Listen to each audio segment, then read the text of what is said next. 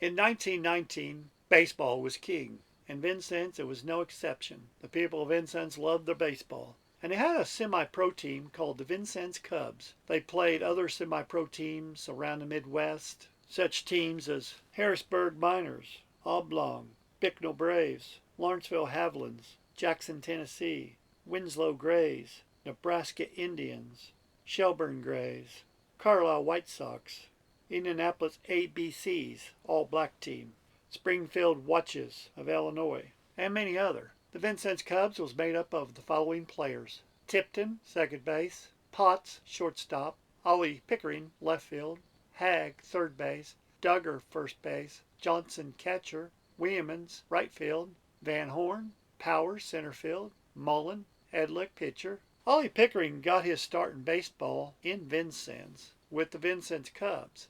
Ollie Pickering then went on to play professional baseball for several years. 1922. Roger Hornsby and his first-line St. Louis Cardinals will be the big drawing card when they will play the Vincennes Cubs in an exhibition game. At the time, Hornsby was the second biggest ball player in the big league, and many fans then believed he was a more valuable player than the wonderful Babe Ruth. St. Louis had an open date and gave the manager Bullock of the Vincennes Cubs a chance, and he snapped it up, knowing that it would be a real treat for the local fans to see the St. Louis Cardinals here in Vincennes in action. They believe the St. Louis Cardinals is slated for the National League pennant that year, 1922, in the opinion of many baseball observers. However, in 1922, the New York Giants won the pennant that year, not the St. Louis Cardinals.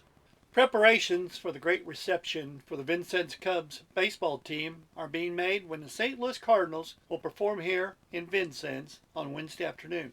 The Cardinals, right out of the opening of the big league in which they are making a fast pace, will perform against the Cubs on the afternoon, and there is a general awakening of the baseball bugs in the city today, worse than the awakening of the mosquitoes yesterday. Over 500 tickets have already been disposed of for the game, and it is said that the new grandstand will be taxed to capacity. Tickets have been placed on sale for the game at Paul Aubrey's soft drink parlors, at Workers Drugstore, and at Duesterberg and Kramer's Drugstore. Manager Dusty Bullock, after the Sunday's game, feels that his team can be relied on to make a splendid showing on next Wednesday. The contract with the Cardinals calls for playing the first team, and this means that Roger Hornsby, Mangainer, Schultz McHenry, and the gang will perform here, and it will be a real treat for the local fans. St. Louis is the only team this morning that hasn't lost a game in the National League, having taken 4 straight. The cost of bringing the St. Louis Cardinals to Vincennes is $1,000 to be delivered to the team before the game starts. The management is not wishing to make money on this exhibition, but wants to break even on it, and that is the reason why the price of the admission is higher than usual, because of the tremendous guarantee necessary to have the Cardinals here. Fans of the Vincennes will see the hardest hitting team in the big league when the St. Louis Cardinals appear here in Vincennes. The Cincinnati Reds played the Vincennes Cubs here in Vincennes on May 8, 1922, and the Reds won 6-3. Cliff Merkle won the game for the Cincinnati Reds against the Vincennes Cubs. Players for Cincinnati Reds were Neal, center fielder; Harper, right field; Duncan, left field; Bonney, first base; and Bressler, first base; Kavner, shortstop; Fowler, shortstop; Finley, third base; Kimmick, third base; Lutz, catcher; and Merkle, pitcher. And again, Cincinnati Reds beat the Vincennes Cubs 6-3.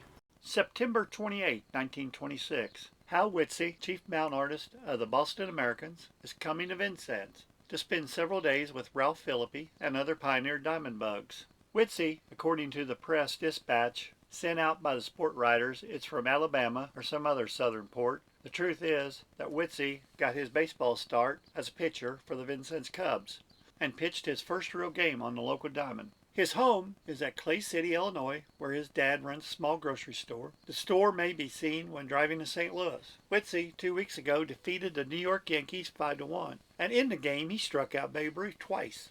Wiltse has won a number of games this season, having to his credit 3 three-hit contests. It was learned here Tuesday that the New York Yankees are figuring on picking him up for the next season. After the World Series in St. Louis, Wiltse will go to Clay City, where he will be the major in the Hot Stove League.